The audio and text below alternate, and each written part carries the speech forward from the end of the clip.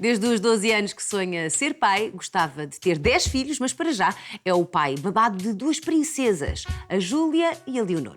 Tem veia de educador de infância, mas o canudo diz arquitetura e, nos entretantos, tornou-se ator. Para o futuro, quem sabe, homem da terra, com porcos, vacas... Pode ser, porque na verdade a sua grande profissão é ser feliz.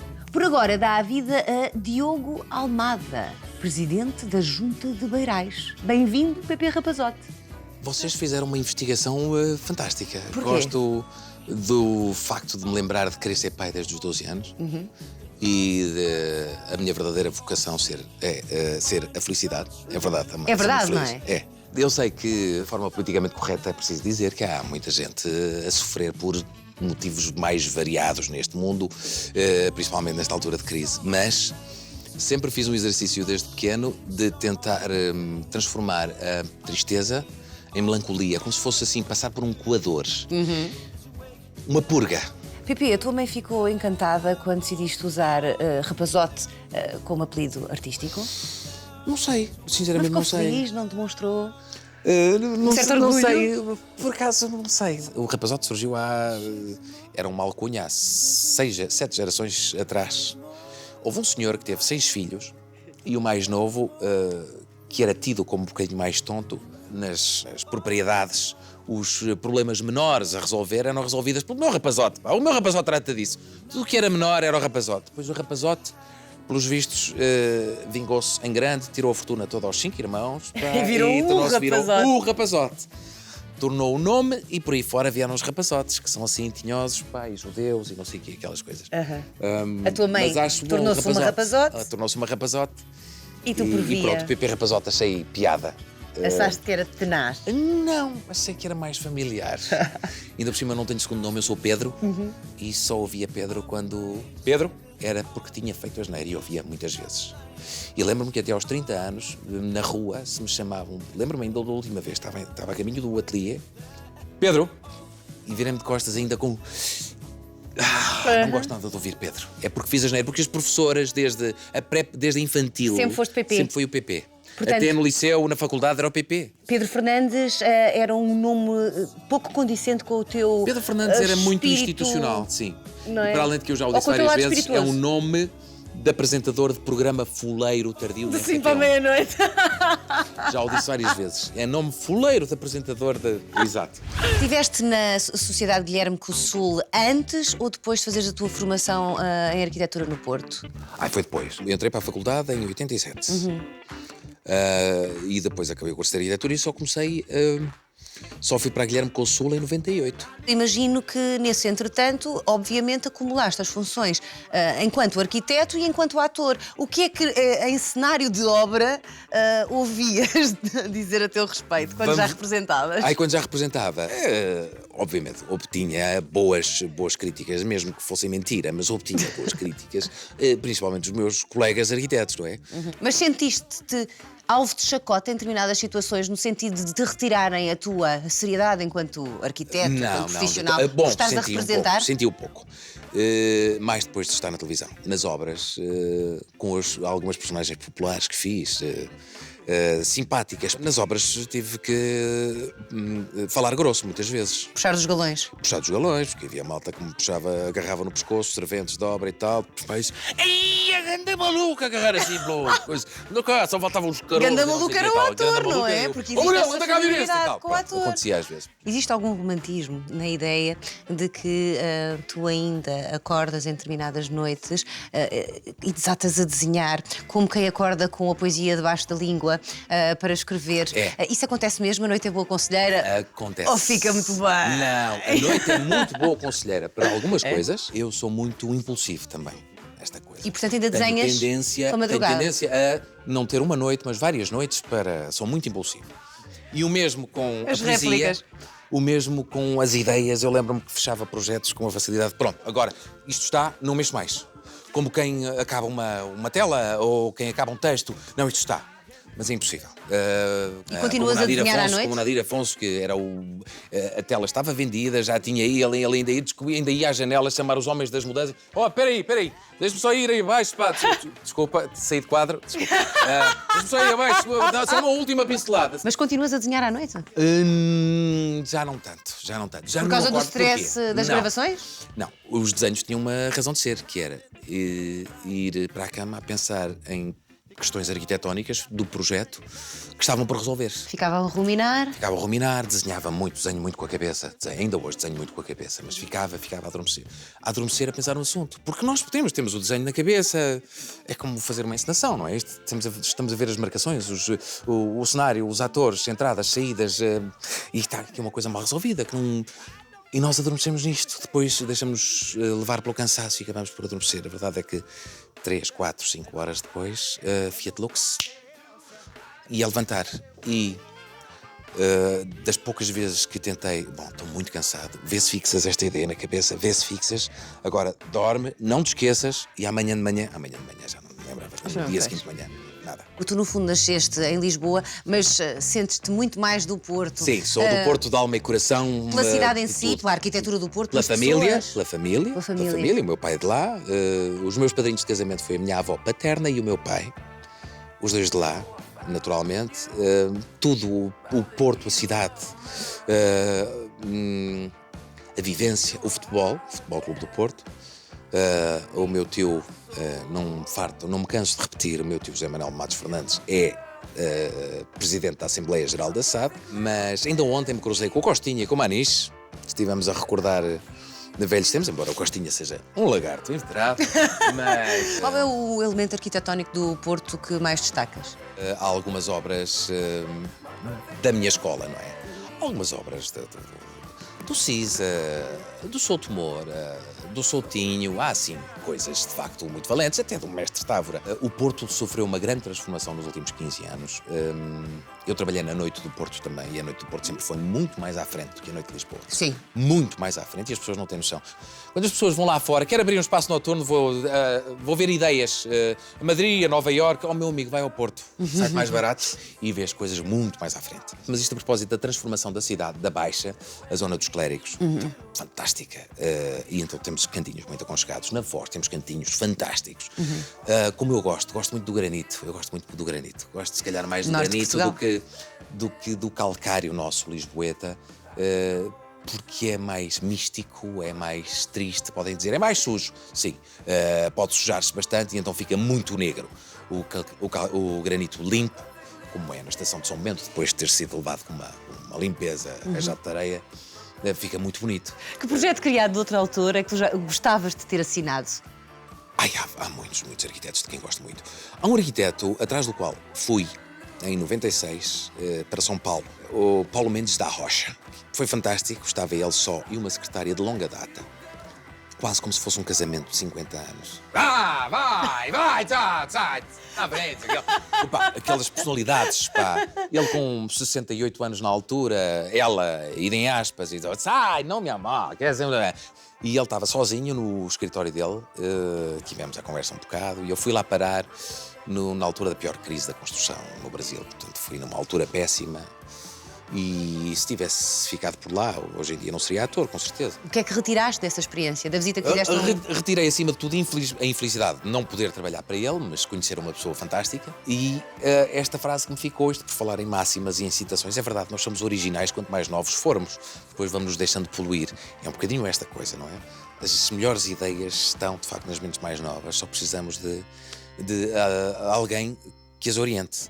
Encontrei 3 citações no teu site, uma de Karl Kraus, outra de Virgílio Ferreira, outra de Max Weber. Não acredito que tenham sido em vão e pergunto-me se tu te revês nesse homem de espírito lúcido, mordaz, um bocadinho cansado, desencantado com esta sociedade capitalista e, quiçá, que vê como condição humana a alegria e a felicidade.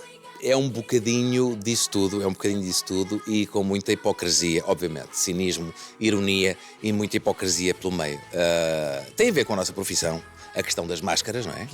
A questão relacionada também com a ontologia do ser, Piaget, a questão de termos já a personalidade formada aos 4 anos e tudo o resto a partir daí são apenas apêndices. Nossa personalidade ser X genético e Y do nosso meio ambiente. Não há cá bons selvagens, nem o homem intrinsecamente mau. É um bocadinho dos dois. Mas tudo isto me traz sempre aos valores, aos princípios universais. Há coisas que, ok, vivemos num mundo de brancos muito sujos e pretos muito claros, muito antrácidos. Mas há coisas que não vale a pena inventar. Desculpem, é assim. Meu amigo, na tua consciência, isto é bem ou é mau? Não tenho dúvidas.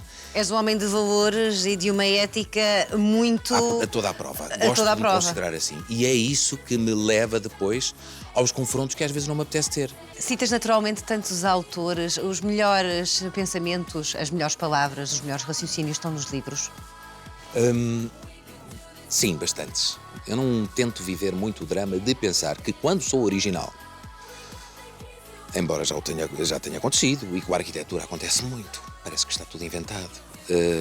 Não tento viver com esse drama, mas a verdade é que me persegue um bocadinho. E depois ponho-me a pensar, será que alguém já pensou nisto? Isto com certeza tem...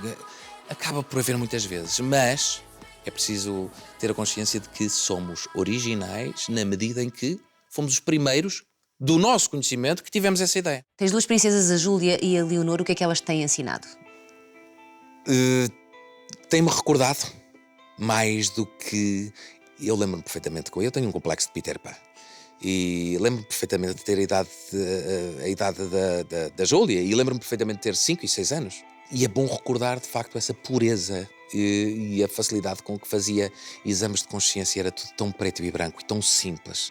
Mas tento sempre recordar e ter presente o preto e o branco. Tentar sempre. Não há muita dificuldade em sermos bons ou sermos maus nesta vida. É tão fácil. Como é que se sente aqui? Como é que te sentes aqui? Sentes-te bem ou sentes-te mal? Então é mau. Não tem muito que saber. Obviamente que depois de uma vida de corrupção ou de poluição, já ficas um bocadinho, não é? Empedernida. Ser pai devolve-te um bocadinho dessa pureza? Devolve bastante. E devolve também alguns dos receios, dos medos, das dificuldades que é ser uma criança muito sensível. E absorver tudo e sentir-nos culpados. Sentia-me culpado desde muito tenra idade. E 2 meninas. Que então a minha Júlia precisa de espairecer muito, porque sente fundo como eu. É intrinsecamente boa. E é preciso dizer, quando a Leonor é, se calhar preciso dizer, não bate, não mexe, não respira. E ela continua a dar pontapé. Só faltei buscar uma faca. A Leonor precisa, a Júlia precisa dizer, tens que bater, tens de ser má, tens que bater. Porque não se sabe defender. Tu estás num projeto muito intenso agora, Beirais. Aliás, tu mudaste-te para Beirais. Que justificações é que dás às tuas filhas que não devem entender, na sua idade, esta ausência do pai?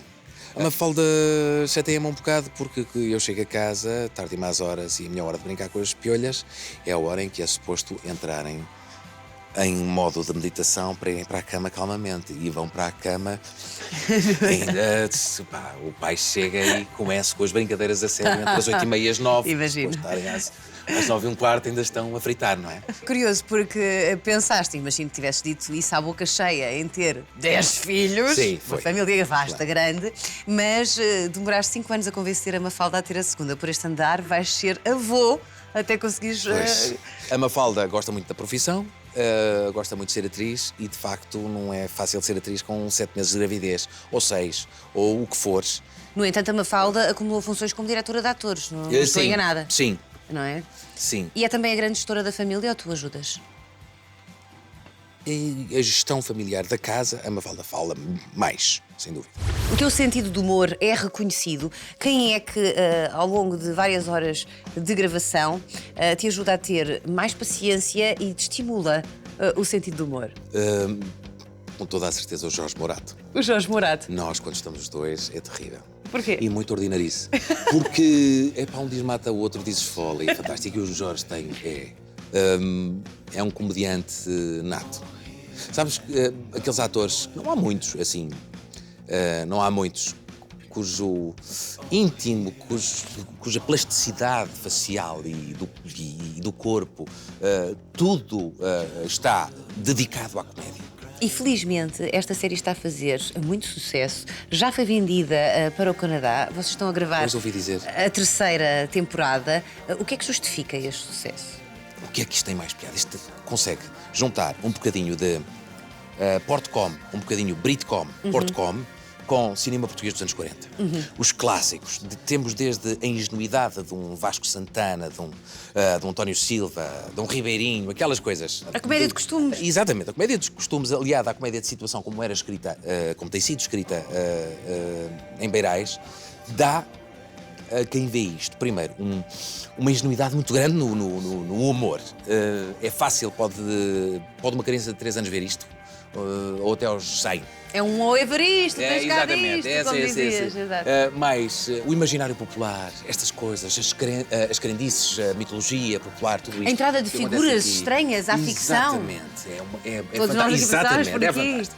E E até permite, ao- com episódios fechados, com esta leveza, ver um episódio, nós dizemos muitas vezes, vê um, pá, porque no dia seguinte e passado uma semana podes ver outra vez, não perdeste nada. E é verdade. Mas a verdade é que depois as pessoas veem isto com interesse, tem princípio, meio e fim.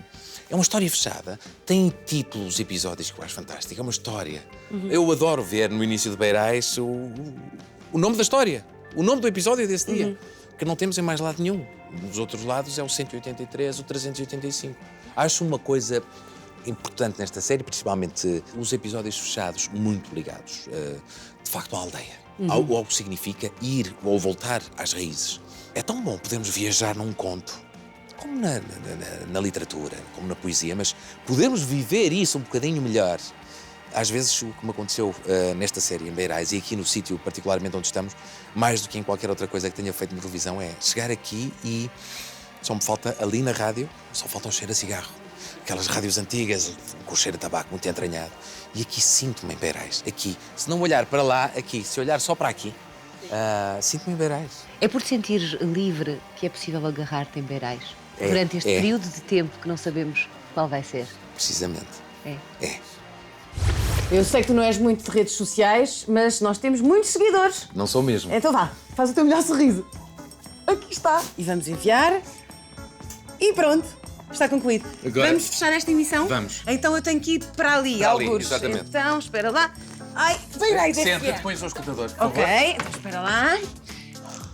E pois, caros beiranlenses, estamos aqui nesta emissão da Beirais FM com uma convidada muito especial, como aliás vocês já devem ter reparado, que queria fazer o fecho de emissão aqui na rádio. Coitadinha, ela só trabalha na RTP. Estou a falar da Silvia Alberto, como já devem ter notado, que entretanto já nos limpou a ginja toda da sociedade recreativa. A Marina vai ter que comprar mais. Silvia, queres mais alguma coisa? Que simpatia, Diogo Almada, que ainda por cima aquilo não era licor, era uma glicose, aquilo era docíssimo. Quer dizer, É- bebeste uma garrafa daquilo e ainda te queixas. É bebida de cena, é a chamada bebida de cena. Bebida de cena. Olha, esta era uma ótima oportunidade para voltares a cantar para nós, agora que estamos num momento de despedida de Só Visto. Já te cantei um bocadinho de Elvis Costello e queres que eu te cante mais? Mais Não. um bocadinho! Só viste, pá. Só viste. Até para Só a viste. semana, PP Rapazote. Em Beirais, não se esqueçam, Beirais. Em Beirais, já está com o Em Beirais! Foi do licor. Do licor! Em Beirais! Gostaste de estar em Eu Só gostei de Visto? estar aqui! Está bem visto, está revisto. É só visto. Só viste.